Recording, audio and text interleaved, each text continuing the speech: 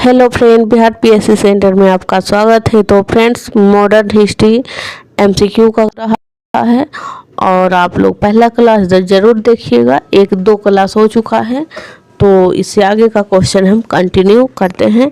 Chapter है governor और viceroy से संबंधित। तो चलिए, क्वेश्चन नंबर 21 है, अफगानिस्तान में ब्रिटिश हस्तक्षेप के लिए त्रिपक्षीय संधि पर हस्ताक्षर जो है किसके द्वारा किया गया था? तो इसका जो राइट आंसर हो जाएगा वो हो जाएगा लॉर्ड ऑकलैंड के द्वारा। अफगानिस्तान में ब्रिटिश हस्तक्षेप के लिए एक त्रिपक्षीय संधि हुआ था, तो लॉर्ड ऑकलैंड के द्वारा किया गया था। चलते हैं नेक्स्ट एमसीक्यू पे। क्वेश्चन नंबर 22 है, वर्नाक्यूलर प्रेस एक्ट किसके शासनकाल में लागू हुआ था? मोस्ट इम्पोर्टेंट क्वेश्चन, आप इसमें ट्रिपल स्टार लगा सकते हैं। तो वर्नाक्यूलर प्रेस एक्ट जो है ये कई बार पूछा जा चुका है।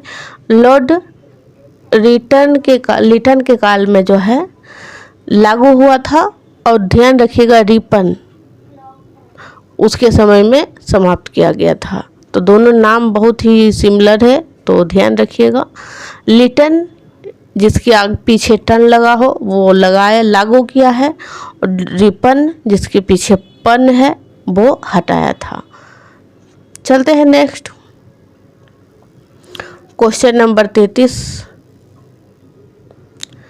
भारत में उच्च शिक्षा के लिए अंग्रेजी को आधिकारिक भाषा के रूप में किसके द्वारा शामिल किया गया था? यानी कि भारत में जो अंग्रेजी शिक्षा का विस्तार हुआ था अंग्रेज के समय में, तो इसका जो है विस्तार जो है किसने पहला जो बात बताया था वो मैकाले ही था।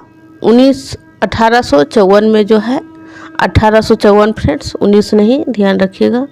1854 में पहली बार मैकाले ने शिक्षा नीति जो है लाया था। अंग्रेजी शिक्षा, ध्यान दीजिएगा, अंग्रेजी को यहाँ पे लिखा हुआ है कि अंग्रेजी को आधिकारिक भाषा बनाया, ये तो है ही, इसका भी मैकाले ही होगा। लेकिन 1854 में फर्स्ट बार जो अंग्रेजी शिक्षा का भी देने के लिए भारत में भारतीयों को कहा गया था वो भी मैकाले के द्वारा ही हुआ था। 1853 के भारत एक्ट जो आया था, अधिनियम, वो। चलते हैं नेक्स्ट क्वेश्चन नंबर 24, भारत की आज़ादी के समय भारत के वायसराय कौन थे? यानी कि जब भारत आज़ाद हुआ था 15 अगस्त 1947 में, तो उस समय जो है भारत के वायसराय कौन थे? तो लॉर्ड माउंटबेटन थे भारत के वायसराय। ये जो है अंग्रेज है। चलते हैं नेक्स्ट क्वेश्चन नंबर 25, भारत में हड़प नीति की शुरुआत करने वाले गवर्नर जनरल कौन थे? तो डलहौजी था। हड़प नीति, 1 मिनट फ्रेंड्स, हमने ये लेना चाह रहा था। तो हड़प नीति जो लाया था वो डलहौजी ने ही लाया था। जरूर ये भी कई बार पूछा जा चुका है। और हड़प नीति के तहत जो पहला राज्य था या फिर क्षेत्र था वो सतारा था, और सतारा को ही 1948 में जो है पहले मिला लिया गया था अपने, यानी कि अंग्रेज जो है अपने क्षेत्र में। चलते हैं नेक्स्ट, ये जो अलग से हम पॉइंट बताते हैं फ्रेंड्स, ये भी क्वेश्चन ही है और ये भी पूछा जा चुका है। नेक्स्ट क्वेश्चन नंबर 26, बंगाल के पहले गवर्नर जनरल जिन्होंने 1773 में रेगुलेटिंग एक्ट को लागू करके दोहरी सरकार प्रणाली को समाप्त किया, कौन था? तो भारत में जो सबसे पहला रेगुलेटिंग एक्ट आया था वो 1773 का रेगुलेटिंग एक्ट था। कंपनी जो है, कंपनी के जो कर्मचारी थे वो शासन व्यवस्था में भारत में हस्तक्षेप करने लग गए थे, तो इसी कारण उसे रेगुलेट यानी कि उसे कंट्रोल करने के लिए ब्रिटिश सरकार ने पहली बार 1773 में रेगुलेटिंग एक्ट लाया था।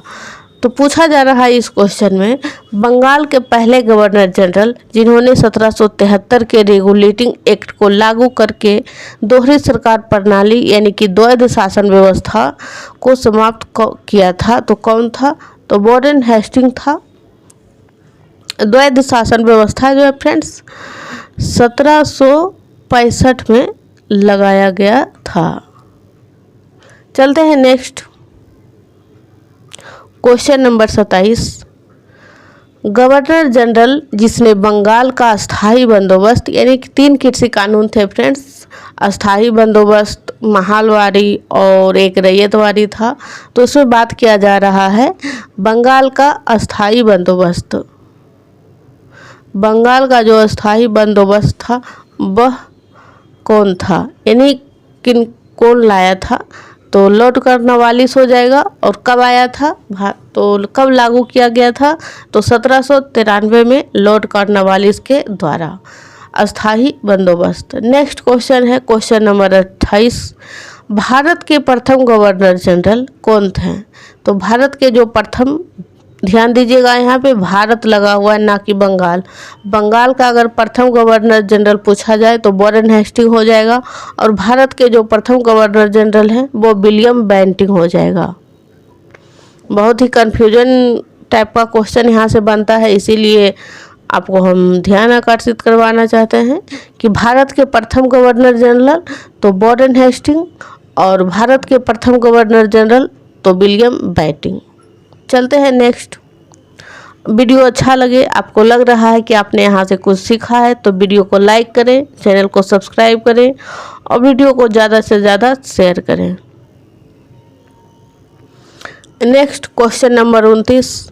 सती प्रथा को बंगाल के किस गवर्नर जनरल ने गैर कानूनी घोषित कर दिया था? सती प्रथा गैर कानूनी घोषित कर दिया था तो विलियम बेंटिंग ने ही राजा राम मोहन राय के साथ मिलकर, क्योंकि अगर सती प्रथा की कहीं बात होती है तो सबसे पहले जो नाम आता है वो राजा राम मोहन राय का ही आता है। वो सती प्रथा पे बहुत ही कार्य किए हैं और महिला शिक्षा और भी कई सामाजिक कार्य करता ही थे वो। तो विलियम बेंटिंग जो है, ये क्वेश्चन कई बार पूछा जा चुका है फ्रेंड्स। आप कोई भी प्रीवियस ईयर बुक देखें उसमें आपको ये वाला क्वेश्चन मिल जाएगा। क्वेश्चन नंबर 30 है, बंगाल की सरकार की द्वैध शासन प्रणाली किस गवर्नर जनरल के दिमाग का उपज था? यानी तो द्वैध शासन भारत में आया था तो वो पहली बार किसके दिमाग में ऐसा भावना आया था कि भारत में द्वैध शासन को लागू किया जाए? तो वो थे लॉर्ड क्लाइव। इसका राइट आंसर हो जाएगा। बहुत ही कम टाइम में फ्रेंड्स आप लोग रिवीजन कर सकते हैं, और बेसिक से अगर फाउंडेशन हिस्ट्री का क्लास देखना चाहते हैं तो वो भी, उसका भी प्लेलिस्ट बना हुआ है, उसका भी क्लास हो चुका है 5, तो आप लोग ज़रूर देखें। ये मॉडर्न हिस्ट्री का MCQ अभी हो रहा है। Question number 31। भारत का प्रथम वायसराय कौन था? तो लॉर्ड कैनिंग। वायसराय पूछा जा रहा है, ध्यान दीजिएगा।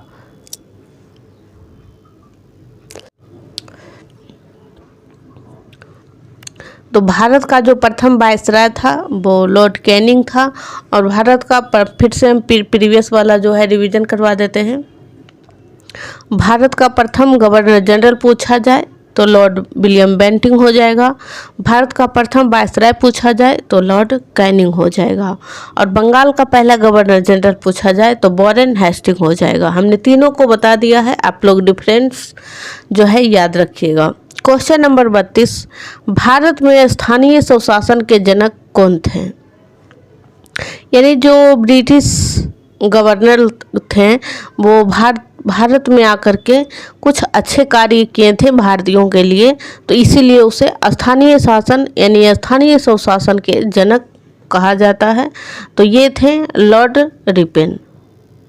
और लॉर्ड रिपन ने ही फ्रेंड्स द्वैध वर्नाकुलर प्रेस एक्ट जो था उसे हटाया था। नेक्स्ट क्वेश्चन है क्वेश्चन नंबर 33। राजनीतिक शिक्षा के लिए स्थानीय स्वशासन का प्रस्ताव किसके द्वारा लाया गया था? तो इसमें भी स्थानीय स्वशासन लगा हुआ है, तो इसका भी जो 1 मिनट फ्रेंड्स, इसका भी जो आंसर हो जाएगा वो हो जाएगा लॉर्ड रिपन। चलते हैं नेक्स्ट क्वेश्चन पे। Question number 34। प्राचीन स्मारक संरक्षण अधिनियम 1904 में आया था, पारित किया गया था। तो उस समय जो थे भारत में वायसराय कौन थे? तो लॉर्ड कर्जन के अधीन यानी लॉर्ड कर्जन थे उस समय। प्राचीन स्मारक संरक्षण अधिनियम 1904 में आया था और उस समय कर्जन ही थे। आपने सुना होगा कि 1905 में जो बंगाल विभाजन हुआ था उस समय भी कर्जन ही था। तो दोनों 1904 1905, तो इसीलिए इससे भी आप ध्यान रख सकते हैं कर्जन को। नेक्स्ट क्वेश्चन है क्वेश्चन नंबर 35। ऐतिहासिक स्मारकों के द्वारा जीर्णोद्धार और संरक्षण में गहरी दिलचस्पी किसने ली थी? तो इसका भी आंसर हो जाएगा कर्जन। नेक्स्ट क्वेश्चन है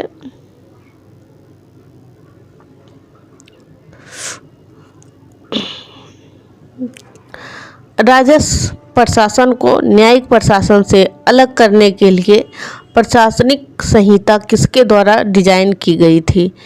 यानी कि कंपनी के जो कार्य थे वो राजस्व प्रशासन और न्यायिक प्रशासन, यानी कि सुप्रीम कोर्ट के जो कार्यकाज थे और राजस्व यानी कि जो राजनीतिक में होता है राजस्व कलेक्ट करने का काम, इन दोनों को अलग करने का जो प्रशासनिक संहिता था वो डिजाइन किया गया था। तो वो किया गया था कर्नवालिस के द्वारा। इसका जो राइट आंसर हो जाएगा लॉर्ड कर्नवालिस। चलते हैं next question number 37।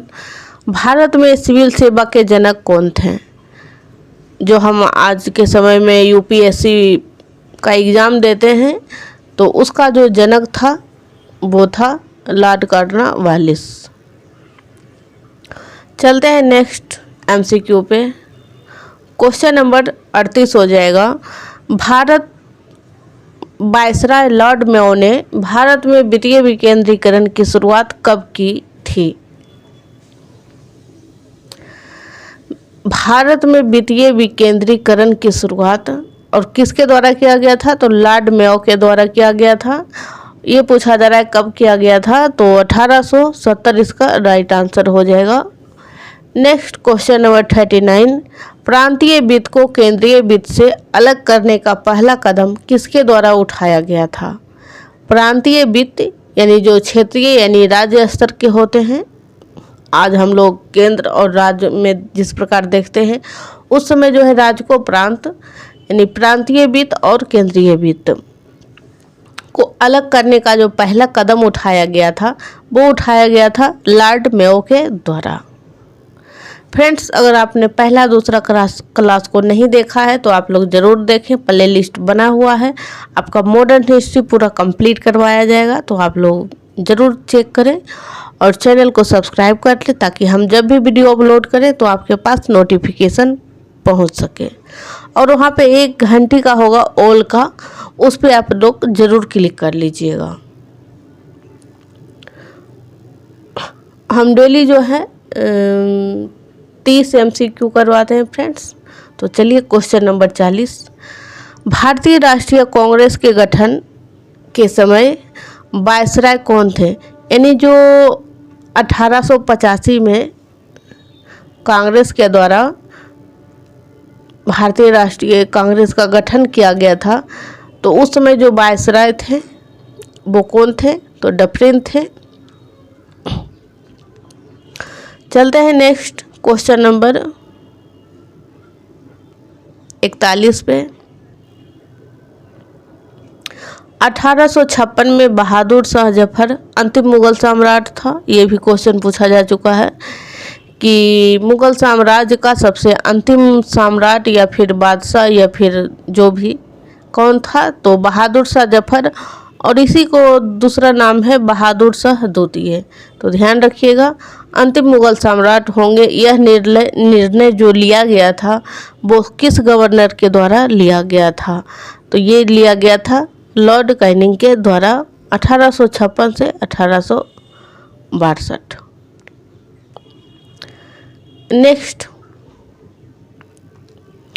Question number 42 है 1878 का वर्नाकुलर प्रेस एक्ट किसके द्वारा निरस्त किया गया था? तो आप लोग इसका आंसर जानते ही होंगे फ्रेंड्स, क्योंकि हमने ऊपर दो बार बता चुके हैं कि रिपन के द्वारा जो है वर्नाकुलर प्रेस एक्ट को समाप्त किया गया था। और यहाँ पे एक इम्पोर्टेंट डेट है, वो है 1878, क्योंकि ये डेट जो है बहुत ही इम्पोर्टेंट है, इसको पूछ लिया जाता है।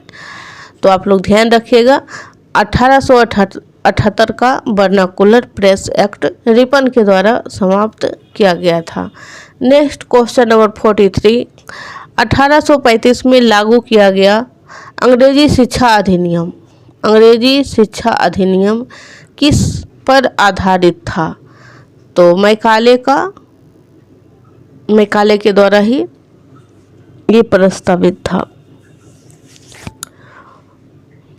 नेक्स्ट क्वेश्चन नंबर 44 1801 में सहायक संधि प्रणाली किस पर लागू की गई थी?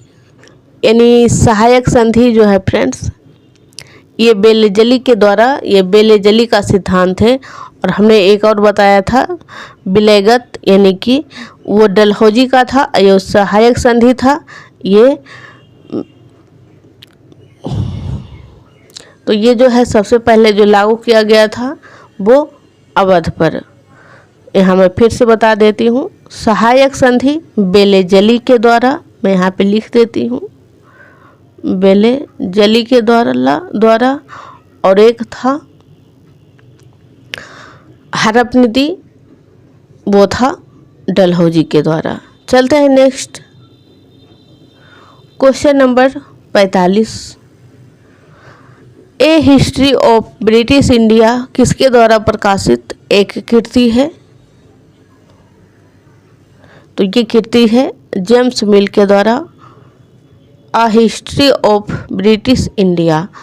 तो फ्रेंड्स क्लास को हम यहीं तक रहने देते हैं, कल हम क्वेश्चन नंबर 46 से कंटिन्यू करेंगे। तो थैंक यू सो मच।